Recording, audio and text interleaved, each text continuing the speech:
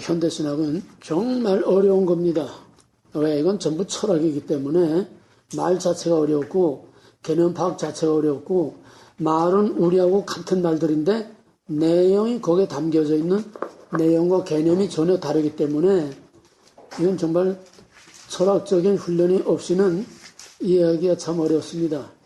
그런 거를 내가 어떻게 하면 너희들에게 좀 더 이해할 수 있도록 쉽게 좀 어떻게 표현할까?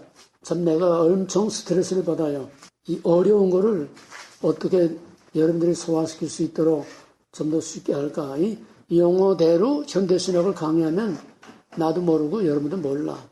그만큼 철학적인 그런 방법이기 때문에 여러분들이 정신을 단단히 차려서 많이 듣고 생각하지 않고는 안 되고, 또 반면에 이번 기회를 통해서 현대신학이 어떤 건지 여러분들이 그래도 신학교를 나왔다면은 현대신학을 알아야지 여러분의 얼굴이 서고 학교 얼굴이 서지. 신학교 나왔다면서 현대신학자 이름 하나도 모르고 넘어간다면은 여러분 자신의 프라이버시 문제니까 그래도 이름 정도 대충 경치 정도라도 여러분이 알므로써 여러분이 좀 더 성숙한 모습을 갖추기를 바랍니다. 자유주의신학이 어떤 바탕에서 나왔느냐? 자유주의란 이름이 왜 나왔어요? 신이 아니야. 모든 절대적인 것, 뭐든지. 포스트모더니즘 첫째 5가지 전부 다야. 모든 절대적인 것으로부터 자유. 그러면 두 번째 특징은 간단히 정리하면 첫째는 모든 절대적인 것으로부터의 자유. 둘째는 내재성, 내재주의야. 하나님 없어. 인간만이 있어. 그러면 세 번째는 그 내재주의하고 맞물리는 것이 유명론입니다. 유명론이 결국 눈에 보이는 이 세상 이거지 보이지 않는 건 없다는 거예요. 유명론과 내재성은 같이 하나로 맞물립니다. 그러면 세 번째는 낙관주의. 인간의 이성 만능, 물질 만능, 과학 만능, 그거 가지고서 이 지상에 유토피아를 만들 수 있다는 정말 희망찬 그런 꿈을 가지고 있었는데 1차 세계대전으로 이게 다 깨졌어요. 바로 여기서 이제 신정통주의, 칼발트의 신정통주의가 나옵니다. 칼발트의 신정통주의는 뭐냐? 위기신학과 말씀의 신학입니다. 왜 위기냐? 지상에 낙원을 만들 수 있다고 과신하고 들떠있던 자유주의신학이 1차 세계대전으로 폐허가 되고 엄청난 많은 생명을 잃을 때에 여기서 모든 사람들이 좌절과 절망에 빠졌습니다. 그런 희망이 없는 절망에 빠져있는 그런 위기 상황에서 새로운 것을 들고 나왔기 때문에 위기신학이라 합니다. 그 새로운 것은 뭐냐? 자유주의 신학에서 신부재의 상황에서 철저한 인본주의, 여기서 이런 위기가 왔으니까 인간의 힘으로는 낙원을 이룰 수 없다. 그러므로 초월신에게로 돌아가자. 그리고 말씀으로 돌아가자. 여기서 선풍을 일으키고 일약 영웅과 같이 혜성처럼 떠오른 것이 바로 위기신학, 칼발트의 위기신학과 초월신으로 돌아가자는 말씀과 초월신으로 돌아가자는 겁니다. 그럼 칼발트의 신정통주의는 뭐냐? 칼발트의 신정통주의는 초월신이라고 했지만은 그보다 우리가 믿는 그 초월신이 아니고 바로 유명론, 마찬가지로 칼발트도 유명론입니다. 하나님은 초월신을 알 수 없다. 우리는 초월신을 알 수 없다. 그러므로 초월신이 우리가 알 수 있도록 계시되어야만 우리가 알 수 있다. 그 계시된 하나님이 누구냐? 계시된 하나님 바로 예수 그리스도다. 예수 그리스도로 계시됐다. 그래서 그리스도를 통해서만 우리는 초월신을 알 수 있다. 그래서 예수 안에 초월신이 예수 안에. 이래서 이것은 양태론입니다. 여러분 자유주의신학 신정통주의 이거 정리한 거 요약 정리한 거 그거를 자세히 보세요. 나는 이거를 다시 또 요약하는 겁니다. 초월신은 인간이 알 수 없다. 계시되면 알 수 있다. 계시된 게 뭐냐? 예수 그리스도 안에 초월신이 그러니까 우리의 삼일체 개념으로 말하면 성부가 성자 안에 들어온 거예요. 양태론입니다. 이해됐어요? 그 다음에 또 예수는 참 인간이다. 예수는 참 인간이다. 그러므로 우리는 예수 안에서만 참 인간을 찾을 수 있다. 인간이 예수가 되는 거예요. 그러니까 예수 안에서 초월신이 예수 안에 또 인간이 예수 안에 모든 것이 다 흡수 혼합이 됩니다. 그래서 칼발트가 말하는 예수는 곧 범신론입니다.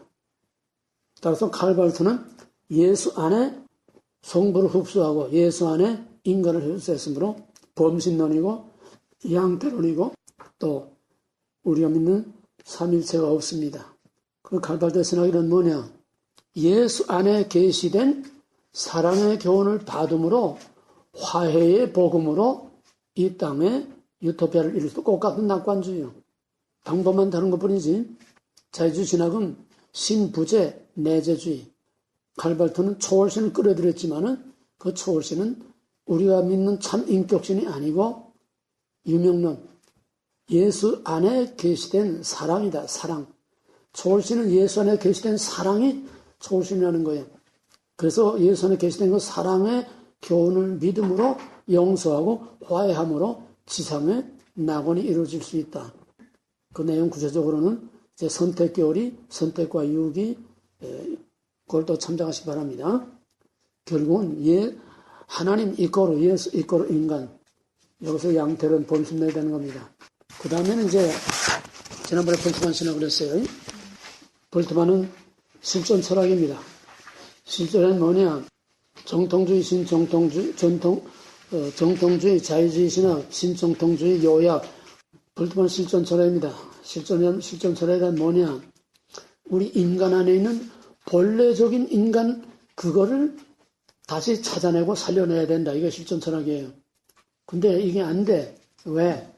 불안, 공포, 고뇌, 죽음 이런 것들이 우리를 에워싸고 있기 때문에 그런 불안, 죽음, 공포 이런 것으로부터 이 불안과 공포에서 다 제껴내고 그 속에 있는 본래적인 참 인간 존재를 찾아내야 된다.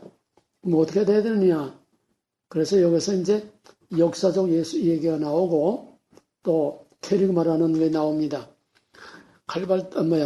볼트만의 신학을 간단하게 요약하면은 그러면 우리가 어떻게 그 실존을 찾고 실존을 회복할 수 있느냐? 이거는 예수 그리스도의 선포된 말씀, 캐리그마. 볼트만 캐리그마. 이건 이제 붙어 다녀야 돼요. 선포된 말씀, 캐리그마를 우리가 받아들여서 거기에서 예수와 만나고 거기에서 참된 실존을 회복해야 된다. 그래서 여기서 나오는 문제가 뭐냐 하면은 양식 비평이라는 게 나오는데 양식 비평이란 뭐냐? 역사적 예수, 객관화된 예수, 역사적 사실, 쉽게 말하면 복음서에 기록된 그 예수는 진짜 예수가 아니다. 그거는 사도들이 추가하고 덧붙이고 화장시키고 꾸며서 신격화한 기록된 예수는 그 진정한 예수가 아니다. 우리는 그 예수와 선포한 그 진짜 말씀을 우리가 찾아야 된다. 예수님 자신이 선포한 그 말씀을 찾아야지 제자들이 기록한 그건 아니라는 거예요. 구별됩니까? 그러면 예수님 자신이 선포한 말씀을 어떻게 찾아내느냐? 그러니까 복음서에서 진짜 예수를 찾을 수 없도록 덧입혀진 위장하고 제자들이 덧입혀진 이런 탈들을 껍데기들 다 벗겨버려야 진짜 예수가 나온다는 거예요. 이해가 되었어요? 그러기 위해서는 첫째로 군도덕질을 걷어내야 된다. 그러기 위해서는 문학적인 비평, 양식 비평, 제자들이 한 말과 예수님이 진짜로 한 말을 문법적으로 양식 비판으로 이것을 가려내서 군더독지를 다 걷어내야 거기서 다시 말하면 쉽게 말하면 제자들이 기록하기 이전에 예수를 찾아야 된다. 그걸 어떻게 되느냐? 다른 자료가 없으니까 복음서에서 덧붙여진 것들을 양식 비평을 통해서 이거를 가려내서 제거해야 기록되기 이전에 예수를 찾을 수가 있다. 거기서 나오는 문제가 비신화입니다. 제자들이 덧붙여진 위장한 게 뭐냐? 신화적인 것을 다 덧붙였다는 거예요. 그거를 신화적인 것들을 다 걷어내야 진짜 예수가 나온다. 여기서 양식 비평과 비신화화는 불트만의 가장 중요한 작업입니다. 불트만은 비교적 그래도 간단해요. 그렇게 양식 비평과 비신화화 그 두 가지로 그렇게 정리하시기 바랍니다. 오늘 시간이 없으니까 많이 갔으니까 현대신학의 최근 동향, 현대신학의 최근 동향이라고 하는 타이틀 밑에 나머지 부분들을 다 여기다가 이제 종합해서 다루겠습니다. 자, 이제 흐름을 잘 봐요. 정통주의, 하나님 절대주권, 종교개혁자들이 부르짖었던 바로 잃어버린 하나님, 잃어버린 진리, 잃어버린 복음, 이게 정통주의입니다. 1000년 동안, 아니 1500년 동안 로만 캐톨릭에서 완전히 땅에 묻혀버리고 로만 캐톨릭에서 완전히 박탈되고 미싱됐던 진짜 복음과 진짜 예수 그리스도의 또 하나님의 주권을 회복한 것이 개혁자들의 정통주의 신학입니다. 개혁신학, 정통주의, 개혁신학, 정통주의. 이 용어를 잘 기억하세요. 개혁신학, 정통주의. 그런데 르네상스 종교개혁 이후에 자연의 발견, 인간의 발견, 새로운 과학적인 발견으로 인해서 18세기 계몽주의에 와서는 이성만능, 과학만능, 또 물질만능, 여기에 편승해서 나온 것이 바로 자유주의신학입니다. 무신론적인, 유물론적인, 완전히 인본주의 신학이 바로 자유주의 신학입니다. 여기에 대해서 칼발트가 결국은 1차 대전으로 자유주의 신학의 지상낙원이라고 하는 꿈은 다 깨지니까 이거는 아니다. 그래서 초월신을 끌어들였는데 그 초월신은 아까 말한 것처럼 예수 안에 나타난 사랑이라는 이미지지 그건 인격신이 아닌 거야. 그래서 자유주의 신학도 결국은 유토피아의 꿈을 말했지만은 그거로는 이제 될 수 없어. 왜?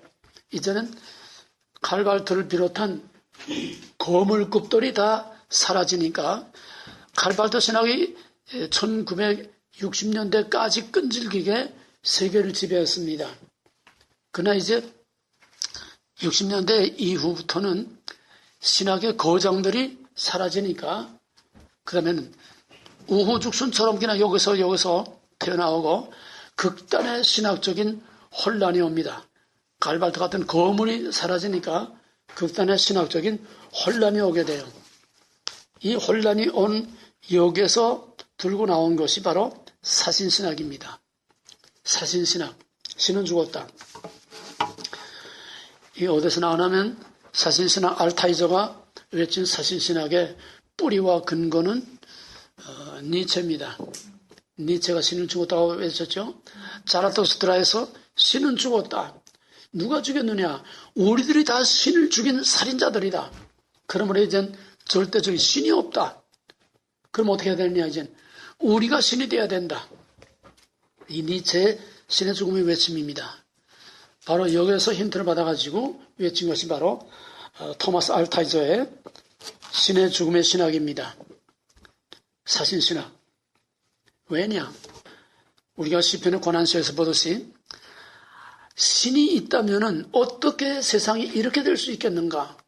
즉 나치에 의한 유태인 600만 명 학살, 원자탄에 의한 수십만 명이 순식간에 사라지는 이런 엄청난 일이 신이 있으면 어떻게 이런 일이 일어날 수 있겠는가?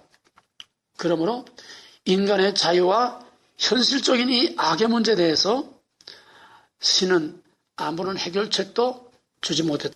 그러므로 신은 죽었다. 이제 신의 죽음이 뭔지 이해가 돼요? 인간의 비참한 현실과 인간의 자유와 여기에 대해서 신이 한 일이 뭐냐? 그래 신이 없는 거야. 신이 있다면 이럴 수가 없어. 그래서 신의 죽음을 외친 겁니다. 이 신의 죽음을 외친 또 하나의 뿌리는 보네포입니다. 보네포는 뭐 따로 할 수 없어요.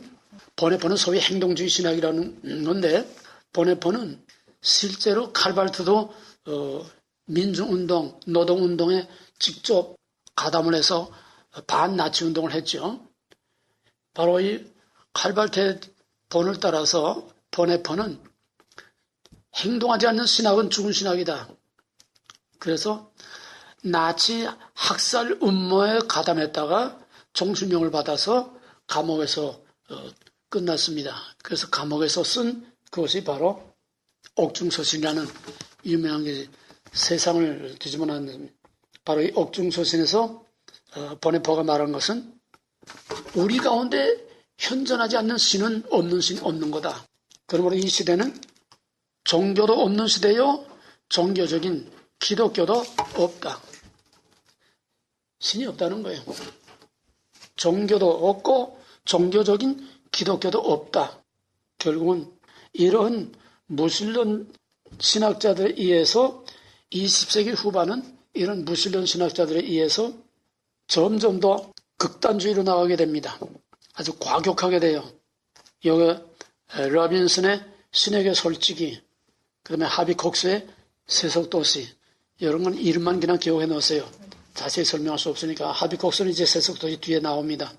그래서 이미 여기서 이제 나온 게 뭐냐면 다 맥은 같아요. 맥은 다 같아. 다 내재주의입니다. 내재주의. 우리와 이 세상과 별도로 따로 있는 신은 없다. 무슨 말인지 이해가 되겠어요? 신은 우리 가운데 있는 거고 우리에 의해서 신이 누군지 나타나는 거지 객관적인 신이 따로 없다는 거예요. 그게 무슨 론? 그게 무슨 론? 유명론. 전부 무신론을 주장하는 사람들의 이 신과는 다 유명론입니다. 사실상 신이 없는 거예요. 신의 이름만 팔아가지고 우리가 생각하는 신하고 신 개념이 달라. 철학적인 신, 관념적인 신, 사상적인 신, 뭐 사랑이라고 하는 이런 윤리적인 신, 이것을 신이라는 이름으로 지금 속이고 있는 거지 그대로 신이 없어요. 엄밀히 말해서 자유주의 신학 이후에는 무신론 신학입니다. 하나님 뭐 이름 안만 팔아먹어도 그건 다 무신론이에요. 왜? 우리가 믿는 초월신, 우리가 믿는 인격신이 아니에요. 우리가 믿는 삼일체 신, 절대적인 그 신이 아닙니다. 그건 이미 죽었어요. 없어요. 그러니까 사람들을 쏘기 위해서 종교의 탈을 쓰고 인간의 힘으로 인간을 위한 인간의 낙원을 이 땅에 이룰 수 있다고는 낙관주의. 그러니까 무신론 신학의 공통점은 신이 없다는 거고 내재주의. 두 번째는 낙관주의입니다. 꽃까지 다 공통돼. 자유주의 신학 낙관주의 깨졌어. 칼발트가 또 낙관주의 또 깨졌어. 결국은 신은 없다. 사신신학을 노골적으로 선포하고 그 다음부터는 행동주의 신학이 나옵니다. 보네포의 행동주의, 또 하비콕스나 그 다음에 몰트만, 특히 몰트만이 와서 희망의 신학이라는 게 나오게 됩니다. 이거 자세한 건 이제 뒤에 가서 조금 더 보충하겠어요. 몰트만의 희망의 신학이란 간단히 말하면 뭐냐? 몰트만의 희망의 신학은 한마디로 말하면은 미래에 다 집중되어 있습니다. 현재는 모든 것이 다 불완전하고 현재는 뭘 이룰 수가 없어. 성경이란 전부 미래에 대한 약속이다. 이게 몰트만의 희망의 신학의 얘기입니다. 성경은 전부 미래의 종말에 대한 예언이다. 약속이다. 그러므로 이 현세에서는 완전하게 이루어질 수 없다. 종말에 가서야 모든 약속이 성취될 것이다. 여기서 항상 우리가 잊지 말아야 될 거는 여기서 말하는 거는 전부 100% 우리가 말하는 거하고 전부 개념이 다릅니다. 종말이라는 것도 우리가 말하는 종말이 아니고 약속이라는 것도 우리가 말하는 약속이 아니고 약속이 성취되는 그것도 우리가 말하는 약속의 내세적인 천상적인 그런 약속의 성취가 아니라 천편일률 전부 지상낙원입니다. 그걸 구별해야 돼요. 그러니까 이 땅에 그리스도께서 오심으로, 그것도 그리스도 온다는 것도 우리 개념하고는 달라요. 그리스도 온다는 것은 우리 안에 내재하는 신이 나타난다니. 어떻게 나타나? 윤리적인 사회가 되어서, 도덕적인 사회가 되어서, 인간의 회복이 되어서 이 땅은 낙원을 이룬다는 거예요. 요 속임수의 사탕발림, 속임수의 위장, 속임수의 껍데기, 이 용어, 우리와 꽃 같은 용어를 사용하는데, 이 용어가 어떤 껍데기, 어떤 거짓말인가, 이거를 꿰뚫어 보지 못하면 우리는 그 속에 숨어 있는 독을 몰라요. 제일 어려운 게 바로 이겁니다. 우리와 같은 용어를 사용하기 때문에 우리가 분별할 수가 없어요. 그러니까 영어는 같지만은 그 영어는 우리의 영어하고 정반대라고만 생각하면 돼. 뭐든지. 이해가 되겠어요? 그래서 희망의 신학이라는 이 현재는, 이 세상은 희망이 없어. 갈수록 절망밖에 없어. 그럼 언제 희망이 있느냐? 그 희망은 종말에 약속이 이루어질 때, 그때 그 희망이 나타날 것이다 하는 그런 의미에서 이 희망의 신학입니다. 우리의 소망의 믿음하고는 전혀 달라요. 그럼 이 희망의 신학에 거기서 나온 게 뭐냐면 해방신학이에요. 해방신학. 이거 다 서로 연계돼서 나오는 겁니다. 그러니까 아닌 밤새 홍두기처럼 불쑥 뛰어나오는 아무도 것도 없어요. 다 연계돼서 꼬리를 물고 나오는 거예요. 미래에만 오직 희망이 있다고 하는 그 희망의 신학에 입혀서, 그러니까 희망의 신학이나 이 모든 것은 다 결국은 무신론적인 행동주의 신학, 인본주의 윤리 신학입니다. 그래서 60년대 이후 급진 세력들이 등장해가지고 여기서 나온 것이 이제 해방신학인데, 해방신학이란 뭐냐? 간단히 말하면 억압과 눌린 사람들을 해방시켜야 된다는 거예요.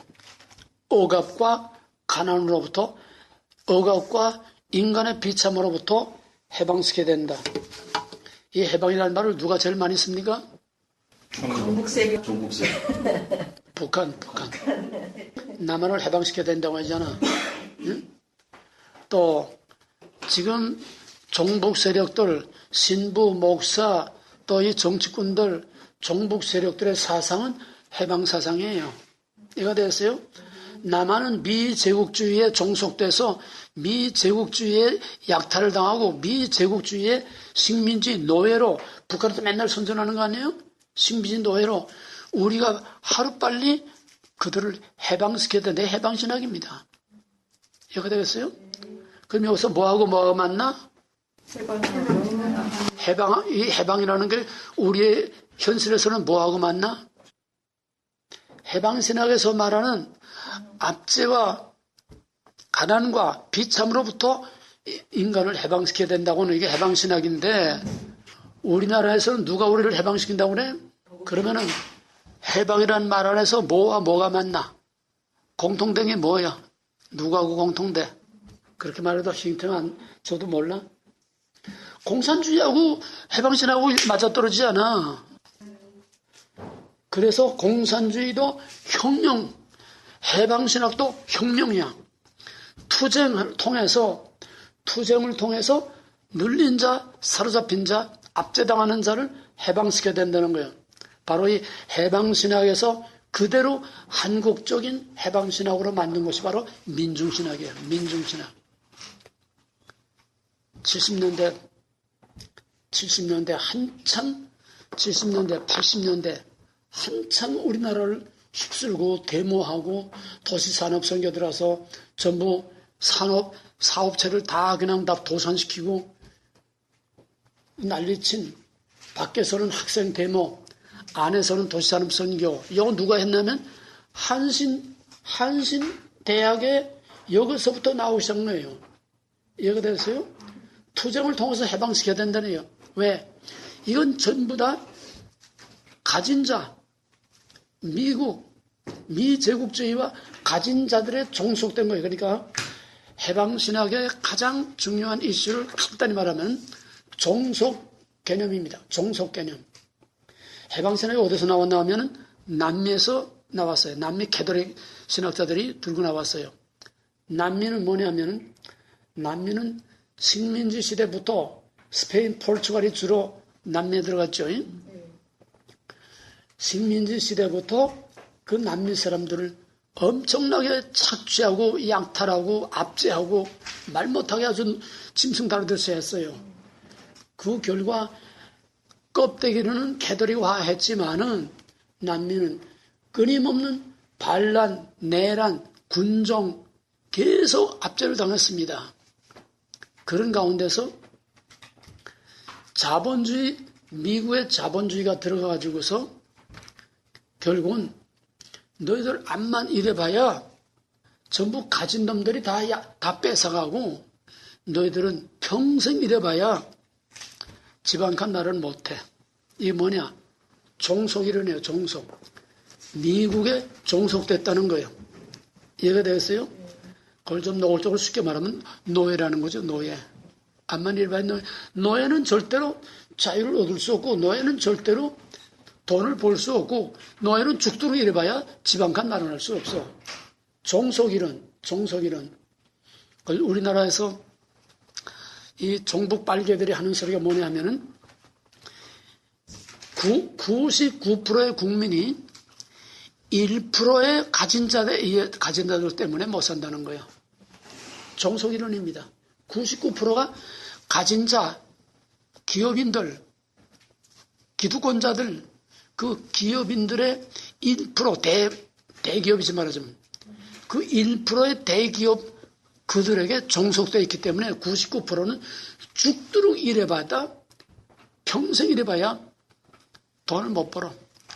전부 다 그놈들이 다 빨아간 똑같은 해방신학, 민중신학의 이 뿌리가 우리나라는 북한의 공산주의 종부사상과 맞물려가지고 세계에서 유례가 없는 강력한 지금 해방신학, 민중신학, 공산주의의 혁명의 전쟁터가 되고 있어요. 이 종북 세력들은 혁명입니다.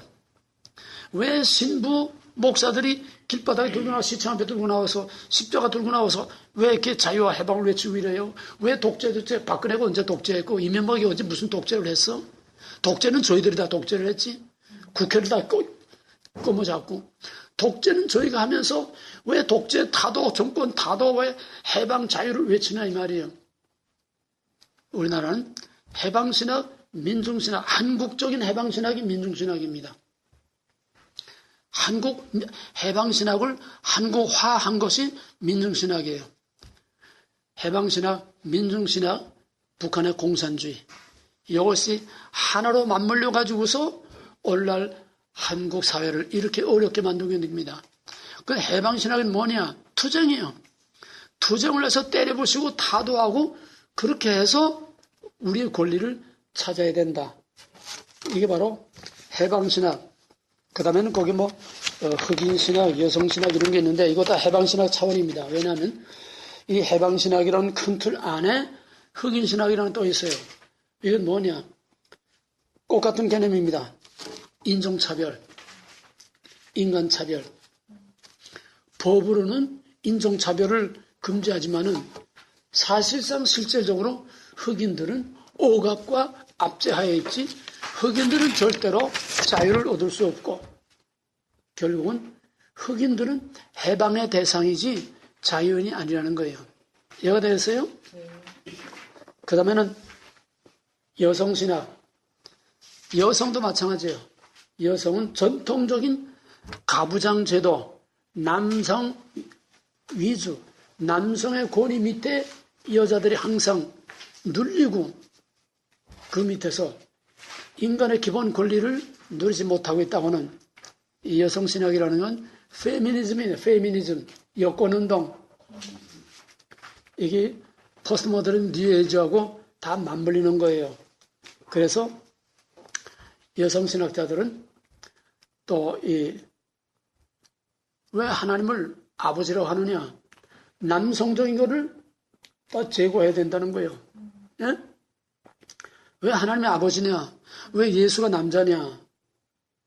예수가 여자면 안 되냐? 하나님은 모성적인 사랑인데 왜 아버지라고 그러느냐? 그러니까 남자들에 의해서 여자들이 억압을 당하고 있다면 이것을 남자들로부터 여성을 해방해야 된다고 하는 여성 해방 운동, 이 페미니즘이 바로 여성신학입니다. 그 다음에는 과정신학이라고 있는데, 이 과정신학이라는 거는 한마디로 간단히 말하면 여러분 자세히 읽어봐주세요. 과정신학이란 하나님은 항상 절대적이고 완전하고 영원하고 불변한 그런 하나님이 아니라 하나님은 인간의 역사 속에서 계속 변화되어 가는 거다. 그게 하나님이요? 그러니까 하나님의 개념이 우리하고는 달라.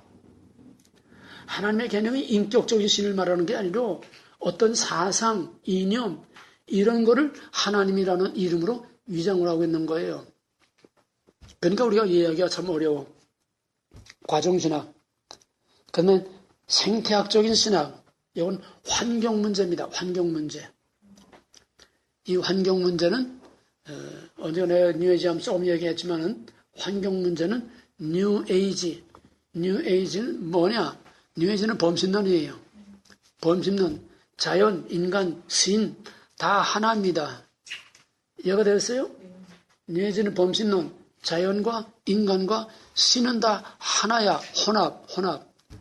그러니까 신터블이 자연을 훼손하는 거는 인간을 훼손하는 거고 신을 훼손하는 거야.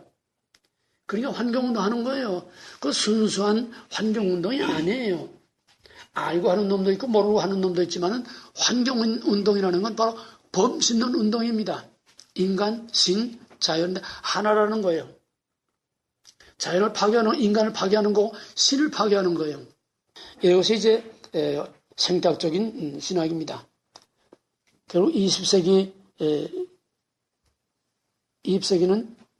이제 자유주의 해체, 그 다음에 포스트 모던 이런 정신이 인간 스스로의 힘으로 이 땅의 유토피아의 건설 가능하다고 본 20세기 현대 정신의 해체로 발생된 것이 바로 20세기 후반의 과격신학입니다. 그게 뭐냐? 자유주의 신학도 인간의 윤리적 완성으로 이 땅의 낙원을 이룰 수 있다.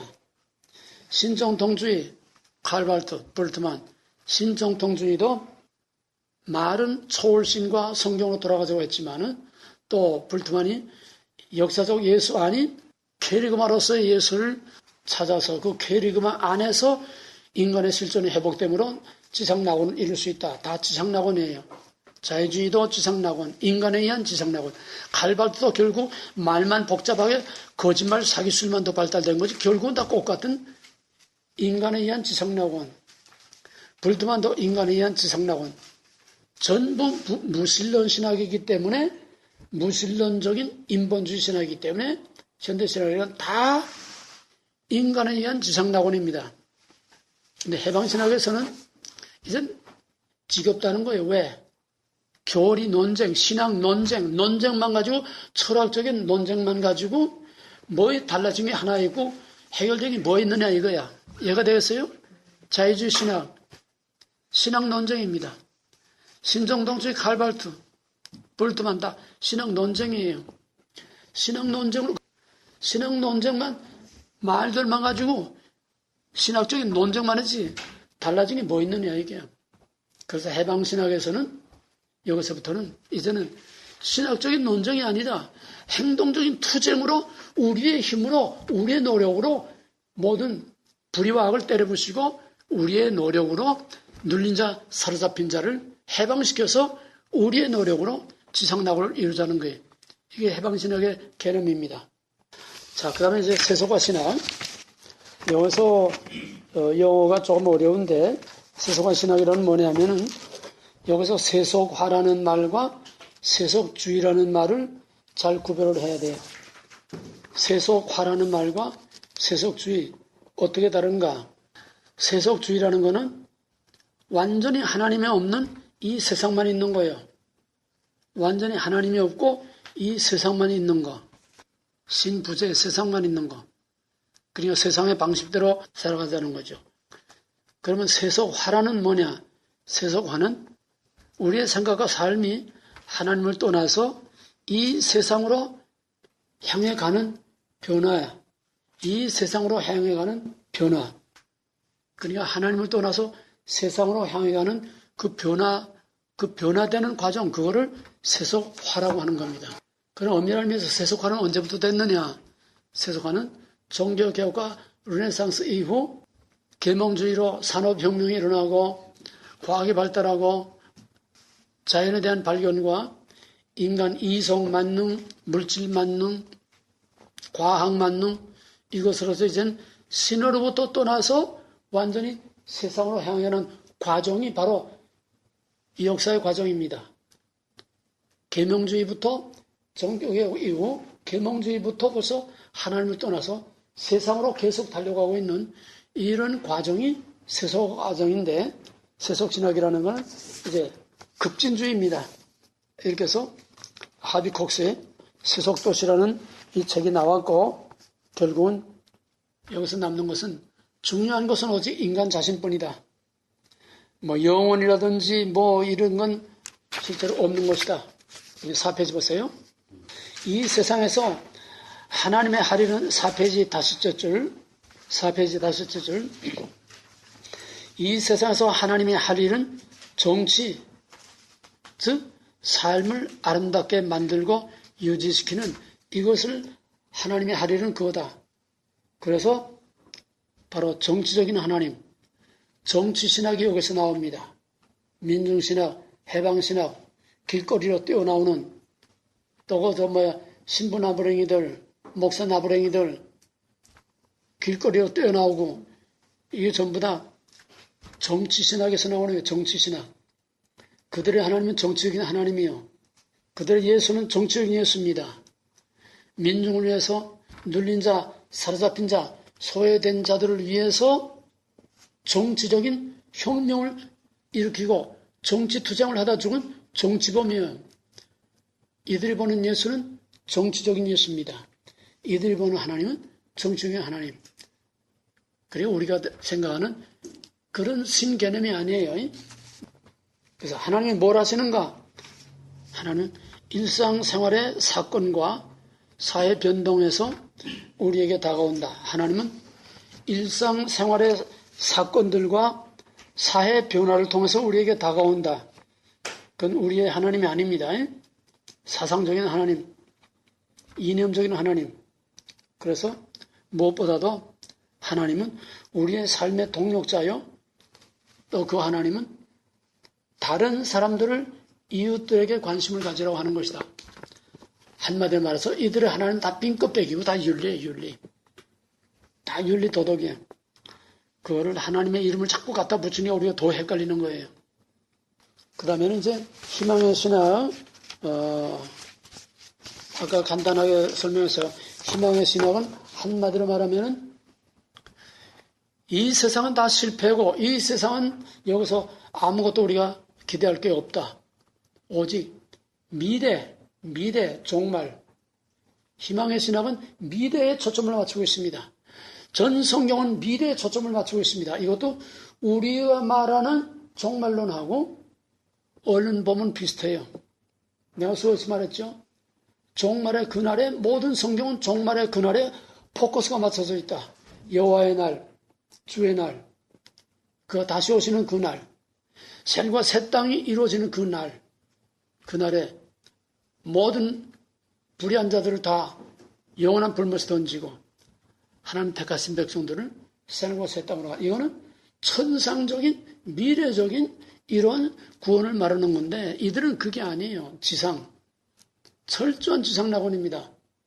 결국은 개혁자들이 들고 나왔던 정주의하고 모든 현대신학은 이로 말하면 하늘이냐 땅이냐.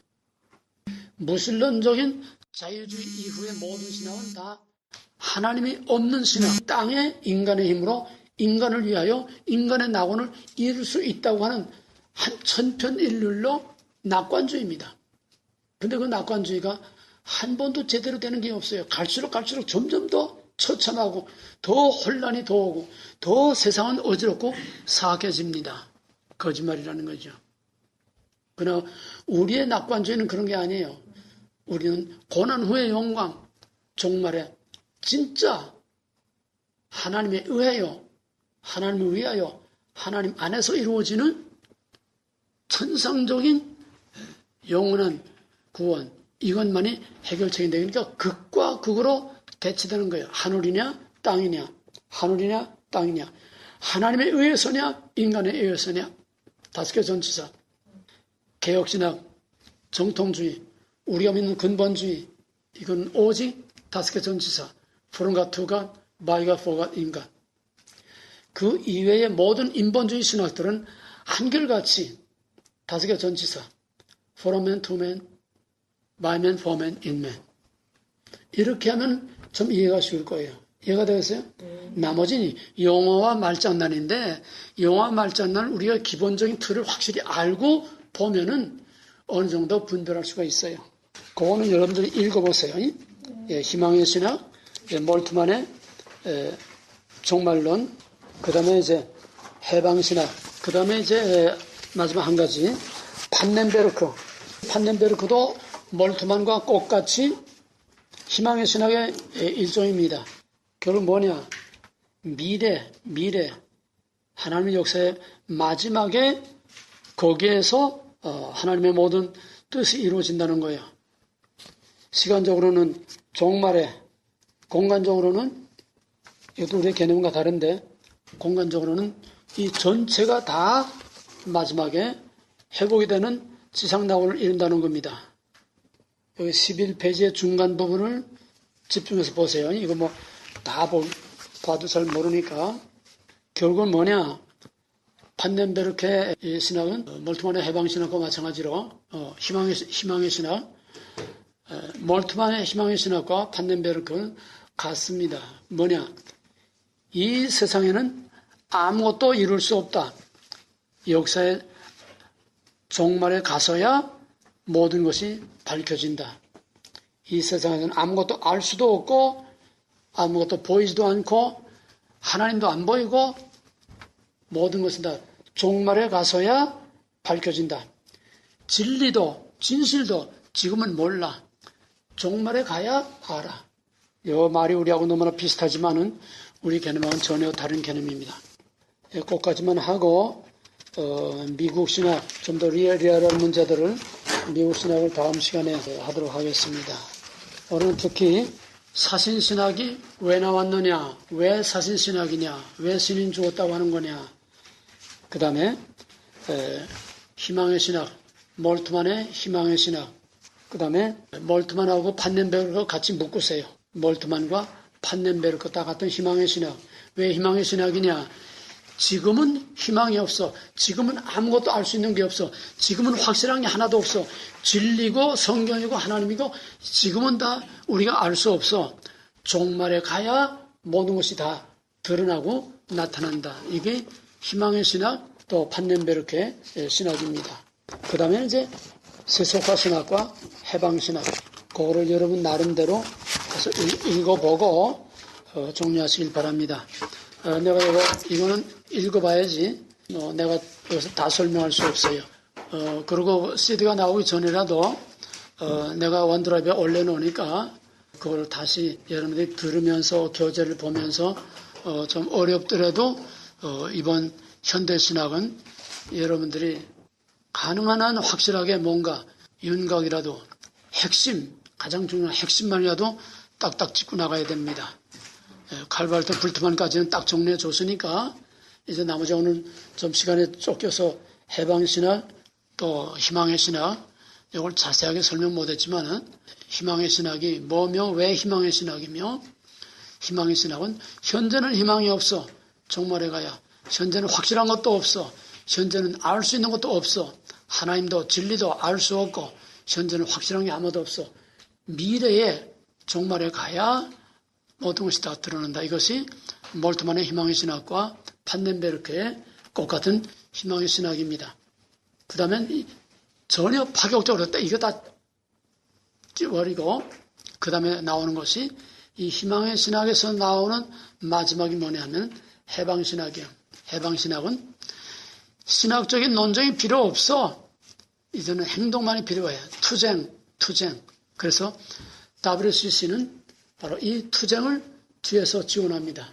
게리라, 내전, 뒤에서 무기를 대주고 돈을 대주고. 왜? 그것이 바로 해방신학을 WCC가 전적으로 추종하고 있기 때문에 그래서 해방신학이라는 건 행동신학. 결국 가서 맞닿는 것이 뭐냐? 해방신학은 바로 공산주의와 맞닿는 거다. 이걸 결국은 자유주의 신학과 해방신학까지 모든 걸 다 합하면은 한마디로 이거를 사회복음주의라고 하는 거예요.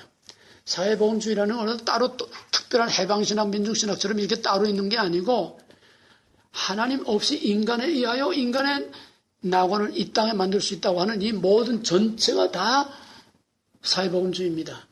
이해가 되겠어요? 지상낙원, 사회구원이요. 사회구원.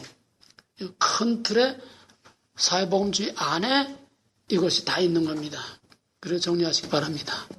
기도합시다. 하나님, 지금 정말로 어렵고 너무나 혼란이 올 수밖에 없는 이런 것, 이 시대가 혼란스럽고 신학이 우리를 혼란하게 해서 미혹해서 사람들을 다 속이고 있습니다. 그럴수록 우리는 우리가 배운 철저한 개혁신학, 근본주의, 확실한 하나님의 절대 주권신학에 확실하게 서서 두란노에서 배운 이것을 밑뿌리와 기둥으로 든든히 세워서 오늘날 태풍처럼 전 세계를 휘몰아치는 거짓된 사탄의 수많은 거짓말과 미혹에 넘어가지 않도록 영적으로 깨어서 진리와 말씀으로 깨어서 분별할 수 있는 지혜와 통찰력과 우리의 하나님의 진리로 우리를 든든히 무장하여 주시기를 원하옵고 이 혼란 중에서 우리가 햇불처럼 서서 모든 사람들을 바로 일깨워주고 바로 가르쳐줄 수 있도록 진리 안에 확실하게 바로 서게 하여 주시옵소서. 예수님으로 감사하며 간절히 기도합나이다. 아멘.